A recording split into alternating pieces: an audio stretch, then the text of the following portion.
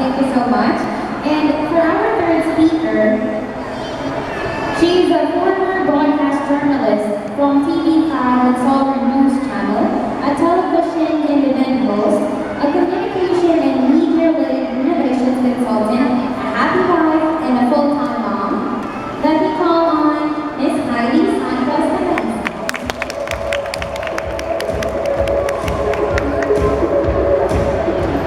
Thank you, JM. Good afternoon po sa inyong lahat. Bababa ako kasi hindi po ako sanay na hindi gumagalaw o nagsasalita. At saka, since I am the last speaker for this afternoon, oras de peligro po ito eh. Wala na pong nakikinig.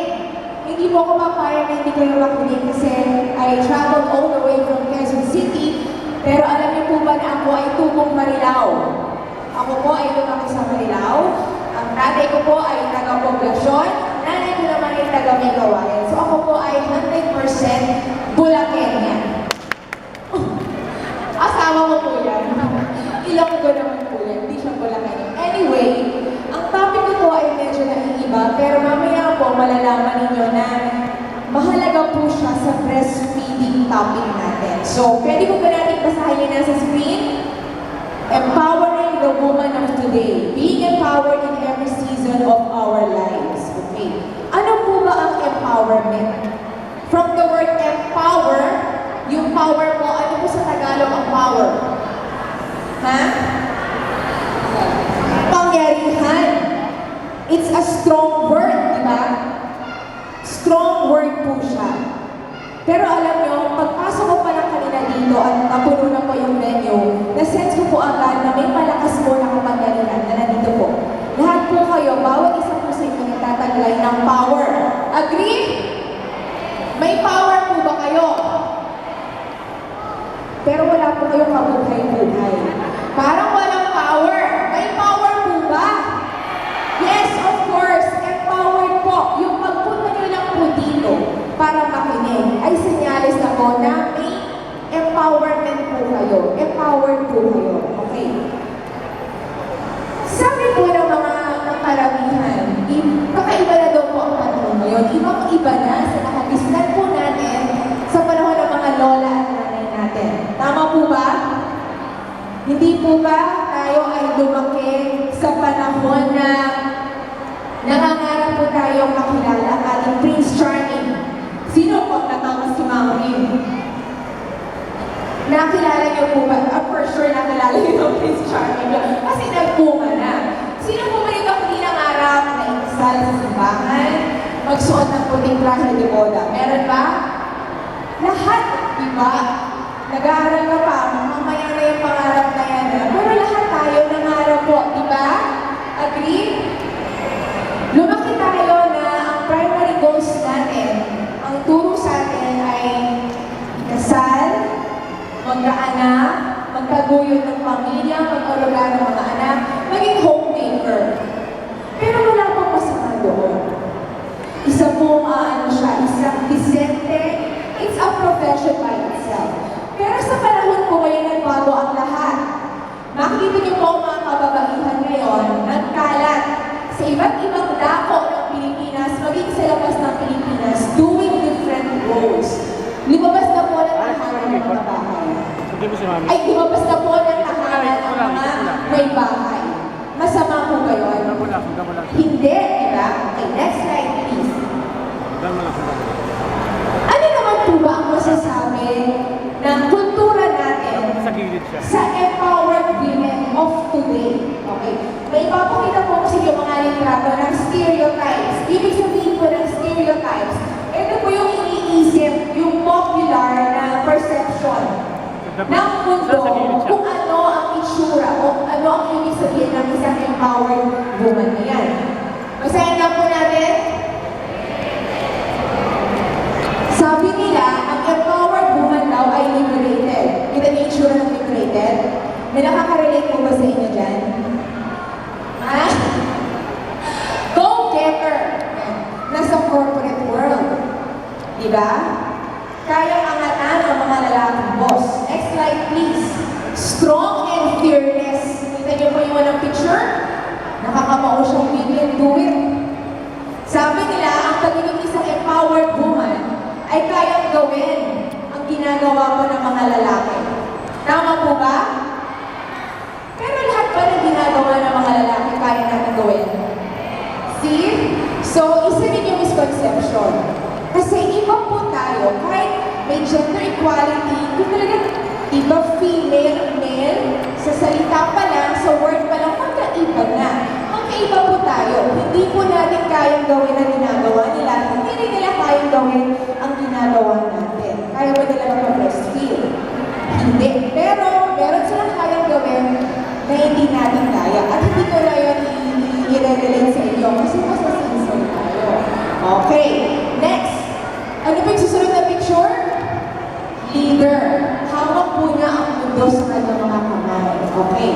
Pero paano naman po ang mga kababaihang ito? Next slide. Mga full-time moms. Nasa bahay lang.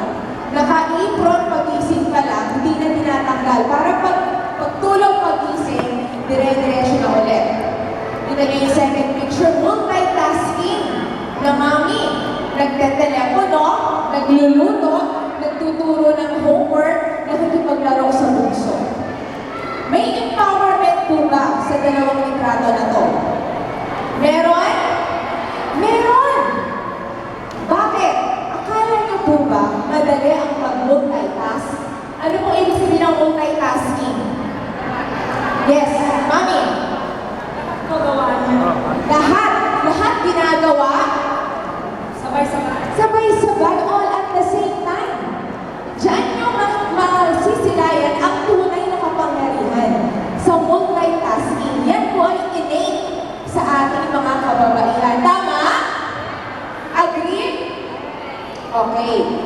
So, habang iniisip ko po kagabi kung ano po ang ikukwento ko sa inyo about women empowerment, naisip ko pong tanongin ang mga kaibigan kong babae sa Facebook. Okay, din mo mabilis mag-react di ba? So, nag-post ako kasi naisip ko, although napakaganda po ng topic at ang dami ko pong ma-share, hindi po ito tungkol sa sarili ko lang. Ito po ay istorya ng bawat isa sa atin. Wala pong edad na pinipili ang women empowerment. Mga estudyante ka, single professional, nanay, lola, lahat po tayo ay may karapatan na ma-empower. So, ito po yung mga learnings na nakuha ko mula sa kanila. At when I also look back sa buhay ko, sa aking pong past, at sa buhay ko na meron ako ngayon, ito po ang aking natutunan. Sige po, next. Alright. Empowerment is a state where you are confident.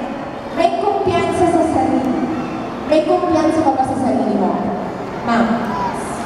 Totoo? May kumpiyansa kasi yung sarili about who you are and what you are doing. Next slide, please. Sige po, previous pa yan. Isa pa. Sumobra tayo. Ay, rewind tayo, rewind po. Isa pa. Ayun. Okay. The most empowering phases of my life po were those when I was doing what I love the most. Hayaan niyo lang po ko i-share sa inyo ng kaunti yung nakaraan ko. Ako po ay isang dating reporter sa Channel 5. Back then, ito po ang buhay ko yan. Nasa field po ako. I was very empowered at that time. Biruin nyo, lahat ng gera, ipapadala ka. Papupuntay ka sa Mindanao, walang uwian. I was once almost muntik na pumakidnap. Pero wala akong takot. Nakita niyo yung picture na fearless, di ba? Ganun po ako. So I was living the life na talaga sobrang puno ng kapagitan. Punong-puno ng power. Next slide, please. Pero alam niyo po ba, maski ang trabaho ko po dati ay araw-araw nasa TV, it was never about money or fame. Hindi po yung kita o yung popularidad ang nagbigay sa akin ng kapangyarihan. Hindi po yun. Ano po ang nakapag-empower sa akin? Yun po, yung pagkakaroon ko ng karapatan na piliin kung ano ang gusto kong gawin. It's the right, the power to decide for myself what I want to do, how I want to do it, when I want to do it. Nagkaroon po ako, may choice ako, at ginamit ko po yung choice na yon. Bawat isa po sa inyo ay may choice Sino po ba dito ang hindi naniniwala na wala kayong choice? Taas ang kamay. Taas ang kamay na naniniwala na may karapatan akong mamili. Taas ang kamay. Meron. Karapatan niyo po yun. Next slide, please. I was living the life that I want, pursuing the passion, having it all. But then, okay, ito na po yung but then. Okay, next slide, please. Natagpuan ko ba na kilala ko si Tadhana? Kilala niyo si Tadhana? Siguro lahat naman po tayo dito nakilala natin si Tadhana, no? Alam niyo bang ginawa sa akin ni Tadhana? Ha? Masakit? Hindi naman. Sa part ko, binago niya ang takbo ng buhay ko. Pwede palang magbago ang takbo ng buhay without losing your power, without losing your right na maramdaman na kontrolado mo pa rin ang buhay mo. So, paano po niya binago ang buhay ko? Nagkapamilya po ako. Pero before I was able to have that, may kailangan po akong i-let go. Naranasan niyo po mag-let go. May pinakawalan po ako. Pinakawalan ko po ang isang bagay na mahal ko para makuha ko ang isang bagay na mas mahal ko. Nakaka-relate po ba kayo? Ha? Nakaka-relate? Paano ka nakaka-relate, Mami? Kailangan mo talagang mag-give up ng isang bagay na mahal mo, pero mas tawagin ka na mas mahal na mas mahal na rin. Tama. Kasi, tama. Yun po ang ginawa ko. Pero doon po kasi naging desisyon ko na bawasan po ba ang pagkatao ko? Hindi, di ba? Empowerment is having the power to choose to make a decision without guilt. Tatanggalin po natin yung guilt. Kasi di ba sabi ko nga ako kanina sa inyo, we have a choice. May karapatan po tayong mamili, mag-decide. Pero ang pinakamatinding kalaban po natin ay ang sarili natin. Kung tayo po ay may kumpiyansa sa sarili, naniniwala, kailangan mag-decide po tayo kung namili tayo dahil gusto natin at hindi po dahil gusto lang ng iba, hindi dahil sa eto yung sabi nila, makakabuti sa akin. Isipin nyo rin po, yung tinitibok ng puso nyo, yung dinitignan po ng konsyensya ninyo. Agree? Nakikinig ba? Gising pa? Alright. Next slide, please. Isa po sa pinaka-empowering na desisyon na ginawa ko sa buong buhay ko ay magpa-breastfeed. Okay. Natuwa din po ako sa theme ng ating celebration kasi ako po ay breastfeeding advocate. Kasama ko po yung dalawa kong anak. Breastfed po ang dalawang yan. Isang 10 years old at isang magpa-5 years old po. Okay. Sino po ba dito currently kasalukuyang nagpapadede, nagpapa-breastfeed? Ayan. Okay. Magkakapatid po tayo sa larangan yan. Tayo lang po ang nakakaintindi at nakakaalam kung ano ang pakiramdam ng magpasusunod. Di ba? Yes. Kahit gaano po natin ikwento ang ating pinagdadaanan sa ating mga asawa, hindi po nila mararamdaman yan. Agree? Kasi wala sila. Okay. Pero alam nyo, kahit may mga panahon na halos ayaw mo na, di ba darating tayo sa panahon gano'n? O magpakatotoo tayo, may mga araw, oras, minuto na talagang susuko ka na. Tama? Lalo na kung sobrang healthy na mga baby natin ang ayaw tumigil. Tama ba? Pero we have to realize that the more that they express that they want, the more that we should unleash our power para sa kanila. Tama ba? I've learned that breastfeeding is one of the greatest ways na maipakita po natin ang pagmamahal natin sa ating mga anak. It's selfless empowerment. Ano po ibig sabihin ng selfless? Ano ibig sabihin ng selfless, ate? Hindi selfish, mag-iba po ang selfish at selfless. Ang selfish ay makasarili. Makasarili ka ba, nanay? Pero I'm telling you, selfless ka. Ano ibig